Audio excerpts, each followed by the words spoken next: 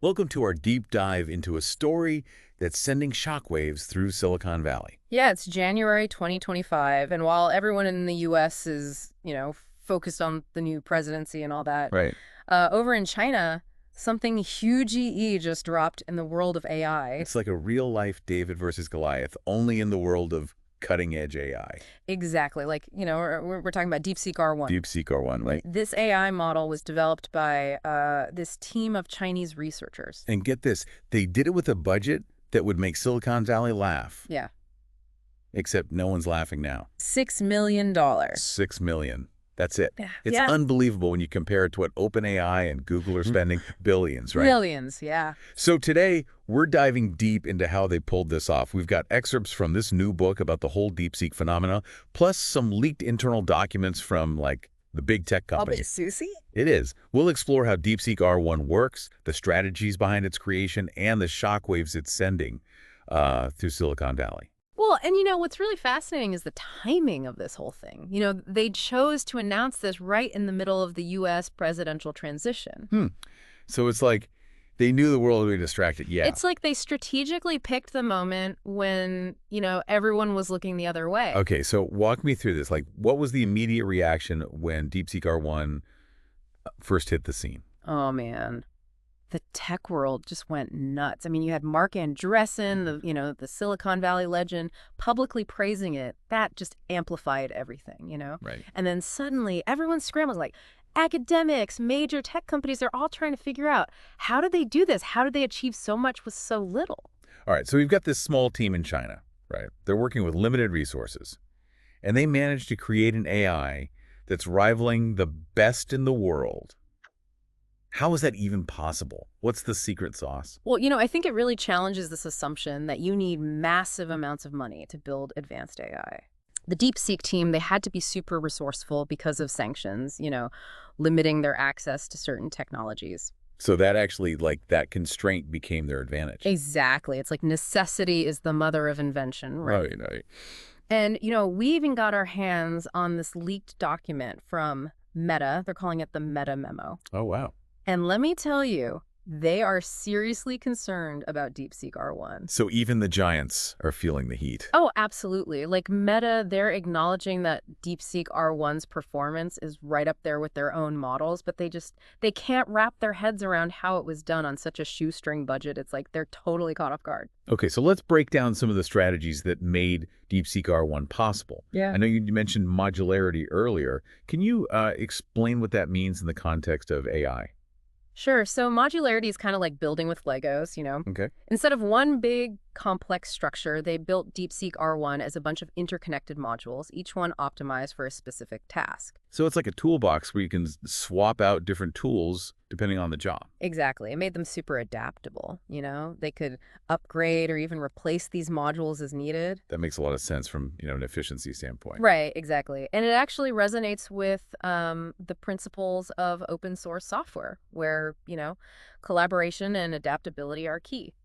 Interesting. So they were kind of inspired by the open source world. It seems that way. This modular approach actually made it way easier to incorporate stuff from the global open source community, which, helped them stretch their resources even further. It's amazing how they turned limitations into opportunities, huh? Yeah. Okay, so they were smart about the architecture with this modular approach, but what about the data? I mean, training a powerful AI, you need tons of data, right? You'd think so, right? But they didn't just go for the bigger is better approach to data. They really focused on data efficiency, like maximizing the value of even small data sets. So how did they do that? Well, they used techniques like data augmentation. Data augmentation. What's that? Basically, it's like creating variations of the data they already had to artificially expand the data set.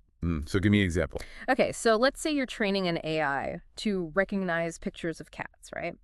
You could flip those images, rotate them, or even adjust the colors a little. Okay. And by doing that, you're essentially giving the AI more examples to learn from without needing to, collect a whole bunch of new data. That's incredibly clever. It's like getting more mileage out of the data you already have. Did they use any other tricks to be more efficient with their data? Oh, yeah. They also did some synthetic data generation, which is basically like creating entirely new data points based on the existing ones. So it's not just about the quantity of data, but also the quality and how you use it, right? Exactly. Right. And you know what? This focus on efficiency, it went beyond just data. They were really into something called algorithmic efficiency, which basically means they were optimizing their algorithms to run on less powerful hardware. So they weren't relying on, massive supercomputers and things like that. Nope. They were thinking ahead, knowing that not everyone has access to those kinds of resources. So it seems like they were challenging conventional thinking at every turn. Totally, and it paid off big time. But, their success wasn't just about technical brilliance. They were also really strategic about forming partnerships. Tell me more about that. Who did they team up with? Well, they collaborated with a bunch of academic institutions, which gave them access to a whole pool of expertise and research capabilities. Smart move. Right. And they also tapped into the global open source community, not just for the tools and tech, but also for that spirit of collaboration and knowledge sharing. So they were building an ecosystem, not just an AI. Exactly. And, we can't forget about the support they got from the Chinese government. It's no secret that China has this big push for technological self-sufficiency. Right. So that gave them even more resources and, just amplified their impact. It's fascinating how they combine technical innovation with these smart partnerships and, aligned it with China's national goals. It's clear that DeepSeek R1 is a lot more than just a new piece of tech. It's a statement, yeah. It's a statement about how the whole landscape of global technological leadership is changing. And that's where things get really interesting. Because, get this, they made DeepSeek R1 open source. Wait, open source? So anyone can access their work, build on it? Exactly. It's like they threw open the doors to their innovation lab and said, come on in, everybody. It completely democratizes access to cutting-edge AI. Wow, that's a bold move. But I imagine it's also, making some people pretty nervous, especially in Silicon Valley. Oh, you better believe it. DeepSeek R1 has really thrown a wrench into Silicon Valley's dominance. Some are seeing it as a wake-up call. Like, hey, we need to rethink our strategies and be more open to collaboration. And others are seeing it as a threat. Definitely. There are genuine concerns about, what happens when this kind of powerful technology is out in the open. Could it be misused? What about intellectual property theft? So DeepSeek R1 has basically become a major factor in this whole tech Cold War between the U.S. and China. Totally. It's like this big geopolitical chess game. Yeah. And DeepSeek R1 is a key piece on the board. The U.S. is trying to figure out how to stay ahead, focusing on domestic innovation, strengthening alliances, and what they're calling tech diplomacy. And China, they're just continuing to invest heavily in their tech sector and, trying to shape global tech governance to their advantage. It sounds like the stakes are incredibly high. Mm. But even with all this competition, are there any opportunities for both sides to work together? Oh, I think there are. When you looked at things like AI, ethics, and security, those are issues that demand global cooperation, right? It's like even in the middle of this intense rivalry, there are areas where working together is the only way forward. So it's this push and pull between competition and collaboration, and DeepSeek R1 is right at the center of it all. Absolutely. It's amazing how this small team with a tiny budget and a whole lot of ingenuity has managed to turn the tech world upside down. And now everyone's trying to figure out what the new rules are.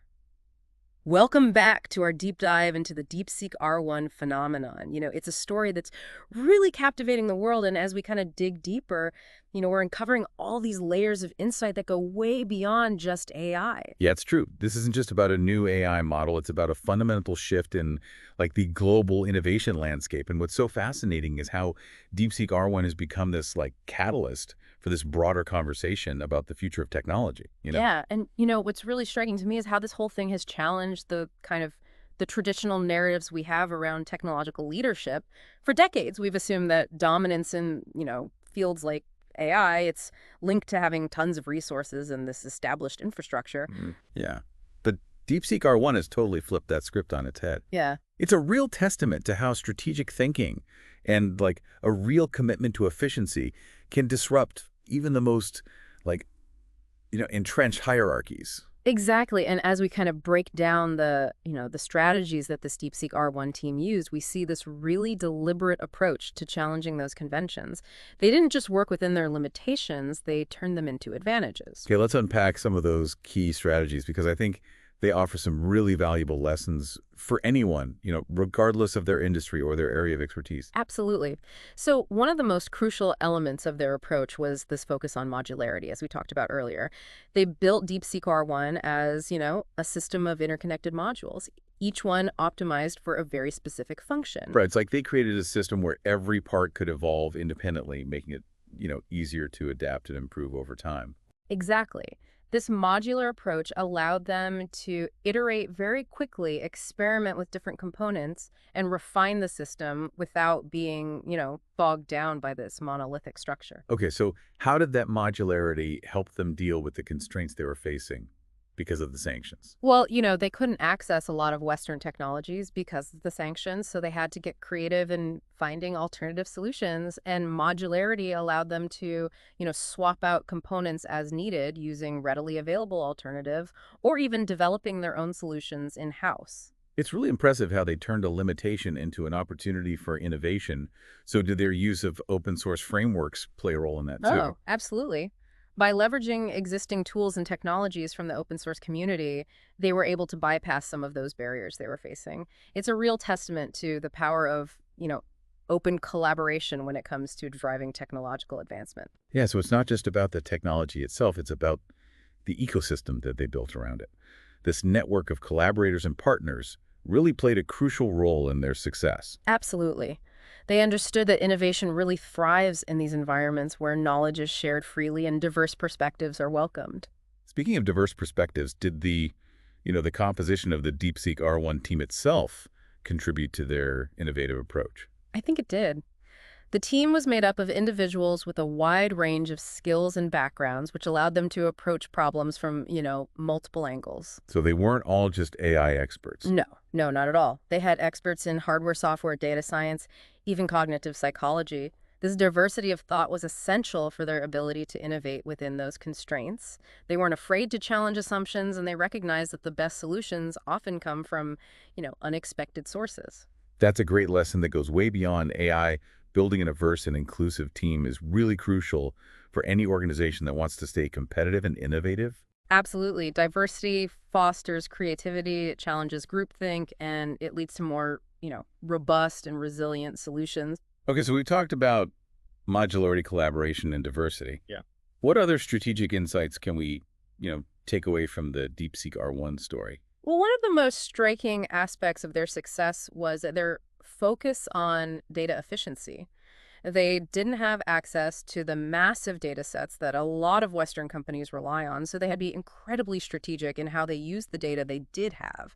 So they essentially had to do more with less. Exactly. And they did this through techniques like data augmentation, which we discussed earlier, and synthetic data generation, which involves, creating entirely new data points based on existing data. So instead of just collecting more and more data, they focused on getting more value out of the data they already have. Precisely. And that's such a valuable lesson for anyone working with data. No matter what industry you're in, it's not just about the quantity of data, but the quality and how effectively you use it. Right. And this focus on efficiency went beyond just data management. They also prioritize what's called algorithmic efficiency, which means they optimize their algorithms to run on less powerful hardware. Right. They challenge this assumption that you need, massive computing power to achieve high performance in AI.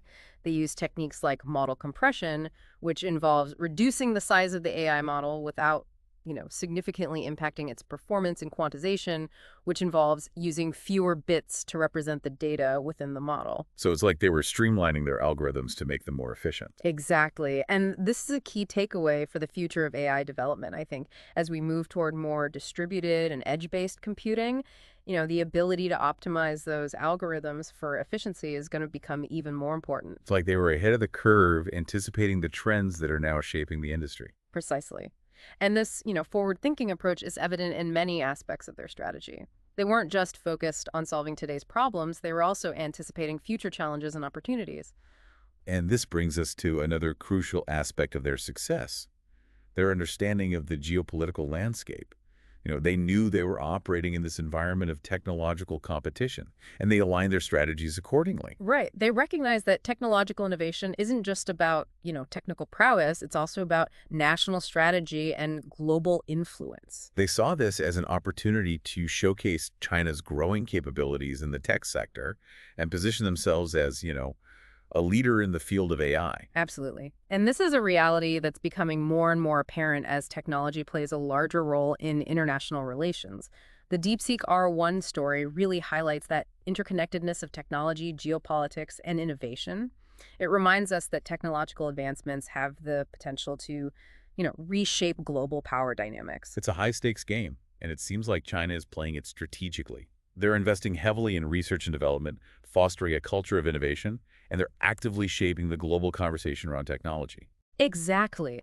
And this is something that other nations, including the United States, need to be paying attention to. The DeepSeek R1 story is a real wake-up call. It shows that the balance of technological power is shifting, and those who can anticipate and adapt to those changes are the ones who are going to shape the future. Welcome back to the final part of our deep dive into DeepSeek R1. We've been exploring the ripple effects of this groundbreaking AI and what it all means for the future of global technological leadership. It's been quite a journey, hasn't it? From that, that initial announcement, which seemed pretty low-key, to this mad scramble to understand what it all means. DeepSeek R1 has really shaken things up. It's not just about the tech itself, though. It's about the thinking behind it, the innovative approaches that made it possible. This story goes way beyond just AI. It's got lessons for leaders and innovators in any field, really. I completely agree. The DeepSeek R1 story is a case study in pure disruptive innovation. It makes you question your assumptions about what's even possible, and it highlights how important adaptability and strategic thinking are in today's world where everything's changing so fast. So let's bring it all together. What are the key takeaways from this whole DeepSeek R1 saga?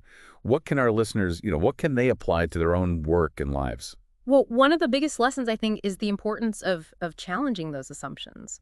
The DeepSeek R1 team, they didn't just accept the conventional wisdom, right? They questioned this idea that you needed massive resources to build advanced AI, and they found a way to get comparable results with, a fraction of the budget. They really turned things upside down. They rewrote the rules of the game, and in doing so, they disrupted the whole established order. Exactly. And this willingness to challenge the status quo, that's essential for anyone who wants to really innovate, to make a difference. We can't be afraid to question how things have always been done, because sometimes the biggest breakthroughs come from those who are willing to think differently. DeepSeek R1 is definitely a testament to that, and it's also a really great example of how constraints can actually be like catalysts for creativity. Absolutely. A lot of times we see limitations as obstacles, right? But the DeepSeek R1 team, they showed us that constraints can actually drive innovation. They were forced to be resourceful, to think outside the box, and that's what ultimately led to that breakthrough.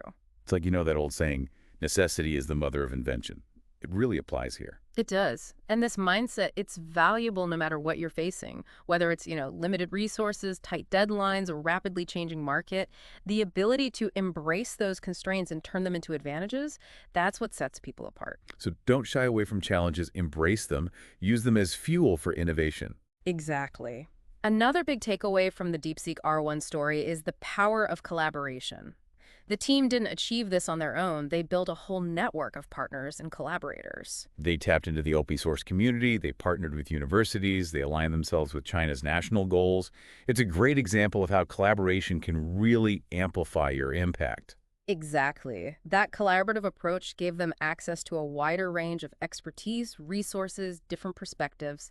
It's a good reminder that we can achieve so much more when we work together. And that's especially true now, in today's world where everything's so interconnected and collaboration is key to solving these big, complex challenges. Absolutely. And this brings us to another important takeaway.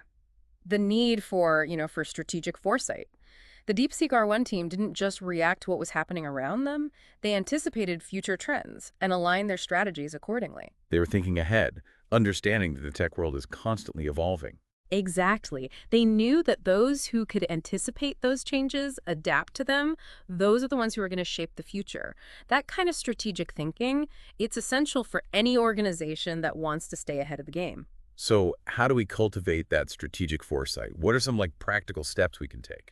One approach is, scenario planning. It's basically exploring different potential futures, different scenarios, and then developing strategies for each one. It's like a thought experiment where you consider different possibilities, even the unexpected ones, and prepare for them. Yeah, exactly. By doing that, you build more resilient strategies, more adaptable ones that can withstand those challenges, whatever they might be. That makes sense. Yeah. Don't just focus on the present. Think about the future. Be ready for anything. Right.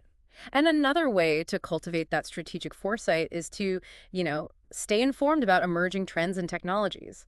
Read industry publications, go to conferences, talk to experts in your field. Be curious, basically. Yeah, Constantly seeking out new knowledge and insights. absolutely. By doing that, you develop a deeper understanding of the forces that are shaping your industry, shaping the world. So be a lifelong learner. Embrace curiosity and stay ahead of the curve. Now, as we, wrap up our deep dive here, there's one final takeaway I want to emphasize, and that's the importance of purpose. Purpose. How does that fit into the DeepSeek R1 story? Well, the DeepSeek R1 team, they weren't just driven by, technological ambition. There was a deeper purpose there, this belief that their work could have a positive impact on the world. They saw their innovation as a way to, contribute to China's national goals, but also to advance AI as a whole. Exactly. And that sense of purpose, it gave them the motivation, the resilience to overcome those challenges and achieve this breakthrough. It's a reminder that innovation isn't just about technology, it's about using technology to solve problems, to make a difference. So when we have that clear sense of purpose, it fuels our creativity, it gives our work meaning. Exactly. As you go on your own journey of innovation, remember to ask yourself, what's the purpose behind this? How can I use my skills, my talents, to make a positive impact? That's a great point to end on. The DeepSeek R1 story reminds us that innovation is about people, about strategy, and about purpose. It's about questioning assumptions, embracing constraints, and working together to achieve something truly remarkable. And as we navigate this, this ever-changing technological landscape, let's remember those lessons from DeepSeek R1 and strive to build a future where innovation is driven by purpose and where technology is used to create a more inclusive, equitable world for everyone. Thanks for joining us on this deep dive. We hope you found it insightful. Until next time, keep exploring, keep questioning, and keep innovating.